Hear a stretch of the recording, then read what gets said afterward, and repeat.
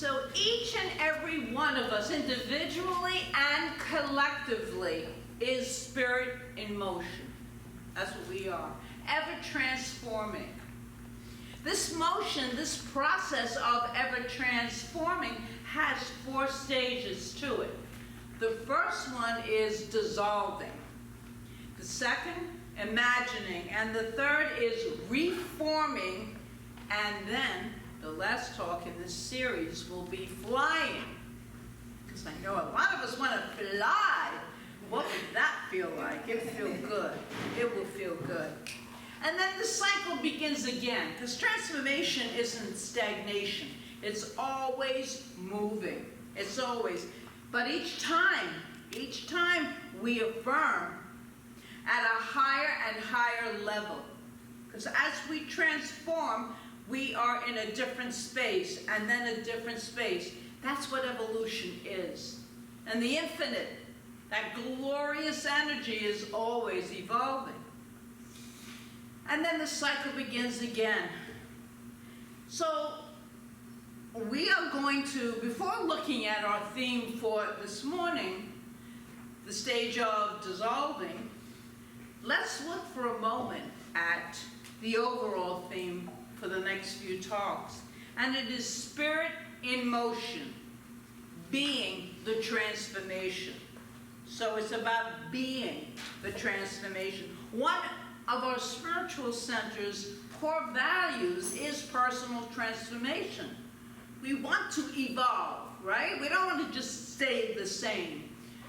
What good is that? We want to evolve. We want to express spirit in action. Transformation is more than changing. It's more than improving. It's more than just becoming better, brighter versions of what we are now.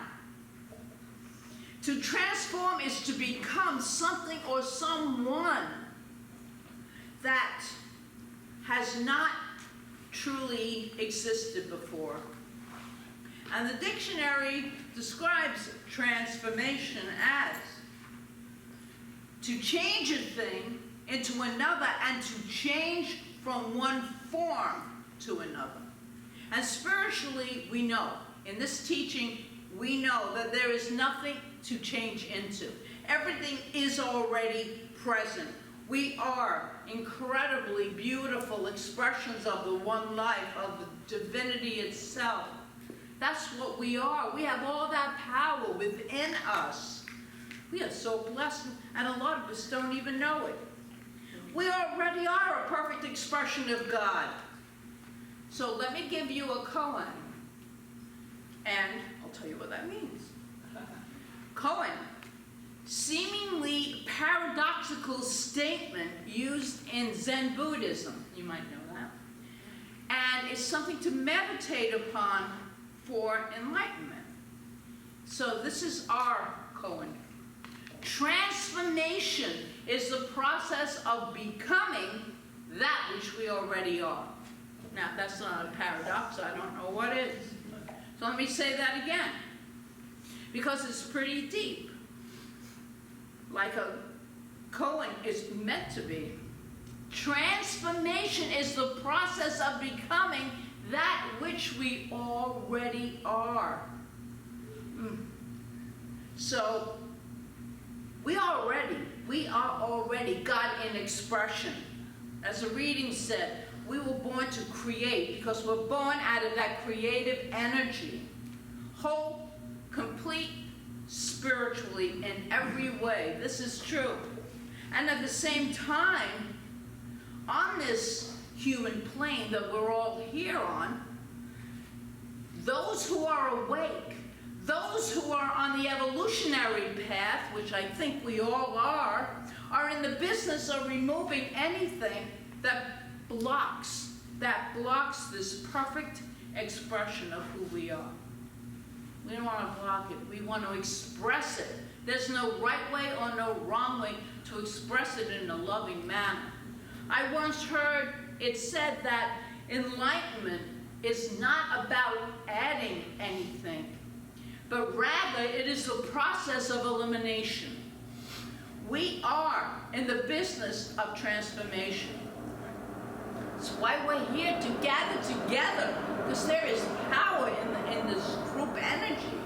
Transformation is the self-transformation of humankind. Don't think it stays in this room. We are all energy beings. So this is like filtering out into the world, and it sure needs our transforming, peaceful, loving nature. We have evolved from being merely interested in spiritual growth to being interested in transformation. And I'm seeing that all around me. A lot of people, because I'm always involved with spiritual people, it seems. It's my circle of friends, so I got a good circle of friends. So if we are, if I'm hearing that all the time, then this transformation of humankind is really necessary. Just look at how everything is changing already, and we're going to talk about this today. We are the transformation, each and every one of us. In this process of transformation, of becoming someone entirely new, but which already exists. So that perfection, that power is within us right now. But something must happen first. And that something is dissolving. That's our word for today, dissolving. Just as the earth breaks open in order for the flower to burst forth in all of its beauty and expression, so too are we. We are here to break open to something so much greater, so much wonderful. Are we making room for that transformation, for that beauty to come forth? Are we making room for something that is so much more beautiful? I always expect something greater to take place in my life, and it usually does, in weird ways sometimes, ways I would prefer not to have it take place, but it's there, it's taking place. So I want to begin our discussion with a modern day parable. And you might have heard it before. It's the story of the goldfish. Yes? You're all familiar with it, right? Good. Nobody knows it, so this is your first time hearing it. Yay. Okay. This is the parable of the goldfish, which lived in a goldfish bowl in the bedroom of a little girl. He would swim around all day long, right, like goldfish do. He swam back and forth and back and forth. And that was his life, the goldfish life. Swimming one way and then the other. And on, and one time it would stop to get fed, like we do. You gotta eat, right? And that was it. That was it. That was his life. And one day the goldfish, with his little goldfish brain, thought, geez, this is not a very exciting life. As was read in the readings, be careful what you pray for. You just might get it. And it comes in different ways. I think that I was meant to be more than this, thought the goldfish. And he had not a clue of what he was. He didn't even know what he was. But he was very dissatisfied with his little goldfish life. While he was feeling dissatisfied with his goldfish life, the little girl who owned him was feeling dissatisfied with having a fish. She wanted a pet.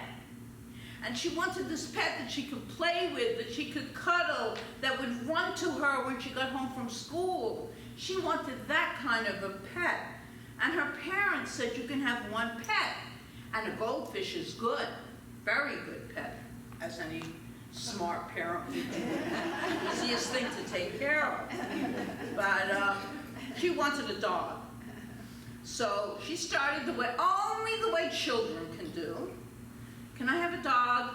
Can I please have a dog? Can I have a dog? Can I P-L-E-A-S-E have a dog? And they always said, no, you have a fish. That's your pet. A fish is good. And you can only have one pet. and so you have your fish. Well, that little girl wanted a dog so badly that one night she thought to herself, well, if Mom says I can have one pet and I already have a fish, maybe it's time to take that fish for a little walk. So she woke up in the middle of the night and she took her goldfish bowl into the bathroom, opened the lid of the toilet seat, and quietly dumped her fish into the toilet. Wow. Now the fish is wondering, because fish, they have a consciousness too. What in the world is going on? He had never experienced anything like this before. The rush of water going into another bunch of water, and all of a sudden there was this noise, and it feels itself being swirled around very quickly, downward. And he went through these pipes really fast, and he was really scared. And he couldn't imagine what was going on. All he knew was that he better hang on tight, and so down he went. And he went through all these pipes and then into this place that was not very pleasant at all. It's yucky, it's stinky, and he doesn't know what to do about it. So he does the only thing he can do, he swims. And he keeps on swimming his little fins. That's his job, that's what he does. And he thinks, maybe if I keep swimming, I will get out of this horrible place. So he swims, although it is really hard to swim in all this yucky stuff, but he's working really hard, and he's praying, please get me out of this terrible place. But he just keeps swimming. Every now and then, he gets really tired, so he takes a little nap. Some fish do sleep. That was always a question of mine. I had to look it up. Not all fish sleep, but this goldfish took little naps. And he wakes up and he's still there. So he keeps on swimming. As he swims through all this stuff, the little fish began to develop muscle that he didn't realize he was developing. As he swims and swims through all this yucky stuff, he's getting stronger and stronger. And there is more than one time when he's ready to say, forget it. I give up. I can't do this anymore. But something keeps him going. Nope. Keep on swimming. Keep on swimming. And so he continues to swim. He doesn't know for how long, but he knows he's been swimming for a very long time. Eventually, something begins to change. He begins to think that he's smelling this fresh water. It smells good. Maybe like he's been treated with something. And this yuckiness that he was been in for so long starts to dissipate, to get less and less. And so, he keeps swimming, and the most amazing things start happening. He's into a pool of pretty nice water. This is good. And all of a sudden, he gets sucked through another tube. And so, when you flush a fish down the toilet, don't think they're just dead, because they're not. They're swimming. They have a life too. So this is his life until he gets to the freshest water he has ever experienced. It is called the ocean. And there he was in the ocean. As he looked at his little fish self, he thought, I'm not the same fish I once was. And it's true, he wasn't. In fact, he had transformed into a dolphin. There he was, this magnificent being free in the ocean. And he was jumping and playing, and he had never felt so alive, and it was magnificent. Then he looked over at the shore, and he saw a little girl at the shore.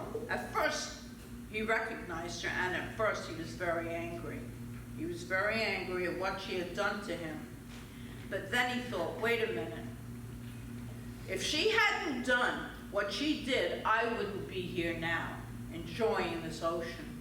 So he swam over to the shore. Now he's a dolphin. And he beckoned her over, as dolphins will, and she jumped on his back. And they went off, playing in the ocean. In the process of dissolving, it can be a little yucky. When we're going through something in life, it can be a little yucky and quite stinky. And we don't want to be there. It is, or I should say, the most difficult stage in our evolutionary process, and it can be the scariest of all. But you know what? Get over it. Because theologian Matthew Fox, who I've heard speak, incredible, says this, in order to pick up anything new, we must let go of what we've been holding. But so often people struggle. We struggle with this, not wanting to let go. And we want to hold on to what's going on, even though we want change. Because we don't want to go through something stinky again. Sometimes, we must even liquefy before we can be transformed. And did you know, you probably do, that the caterpillar just doesn't turn into a butterfly? No, he doesn't go into the cocoon and sprout little wings and shorten his legs and body. No, there's a multitude of other things. Inside the cocoon, the caterpillar is reduced to a puddle of goo. And that goo of DNA. And it is out of that puddle of goo that the butterfly arises. Anyone ever feel like they're in a puddle of goo? Because I think most of us have. It just doesn't feel good. It doesn't feel good. But we're about to transform into something magnificent. And there's a really important concept here for you to grasp as you experience this stage called dissolving. It is until it isn't. Repeat that after me. It is until it isn't. If you've ever said, it is what it is, because I've said that a lot, until it isn't. So become aware when the it is no longer. Stay present, because it doesn't last. Stay present to the process of dissolving, dissolution, whether you like it or not. Don't argue with the past. Don't worry and plead with the future. The more you resist, the more painful the dissolution is. It is until it isn't. When you say, I accept what is, for now, always have that for now. I accept what is, for now. The pain of dissolution doesn't last as long. When you say, I accept what is for now, you let go of the resistance. So we know that what we resist persists, and it gets even worse. So we accept it for now. For now. I had an insight about pain when I was getting a massage. So I'm laying there getting my massage, and it's very peaceful, and I'm like not even conscious, really, semi-conscious, enjoying my massage, until she stuck her thumb or her elbow into my back, and whoa, I almost screamed with pain, because that hurt. Now I could have gotten up, I could have yelled even more, but I didn't. I was breathing, I breathed into it, and I allowed it, and there I get the relief that I came for the massage from doing that, from breathing into it, not fighting and resisting it. It's the same thing. in life. It's the same thing.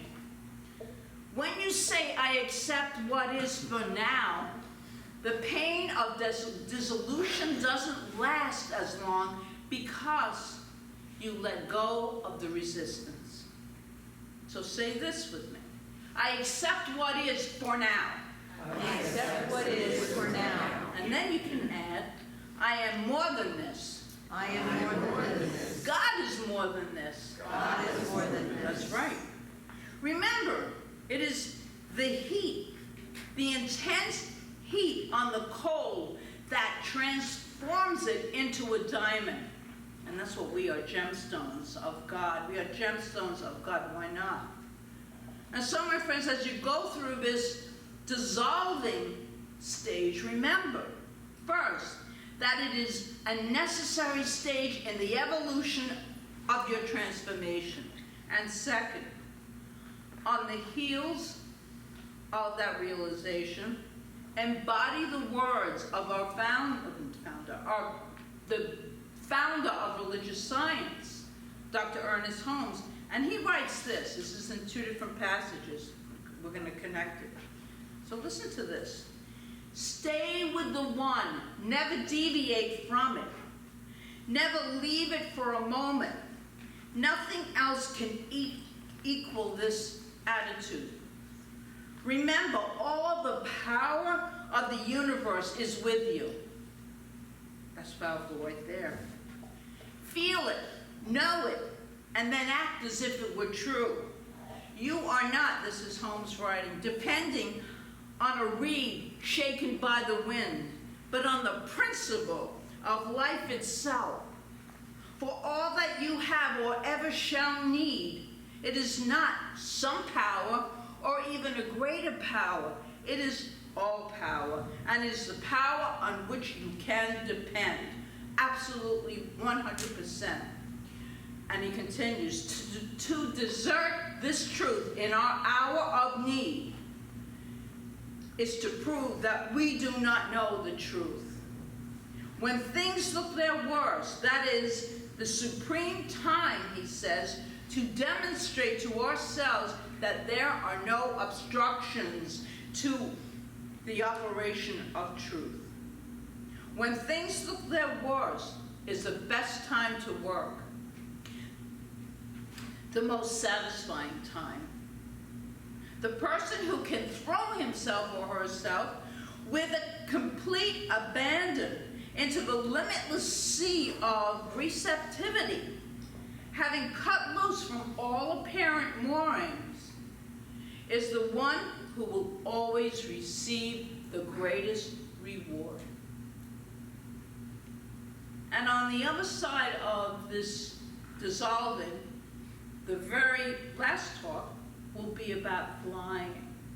How free and how limitless and how powerful we truly are.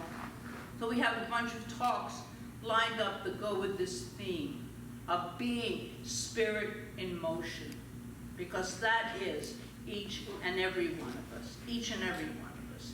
And so it is. So it is.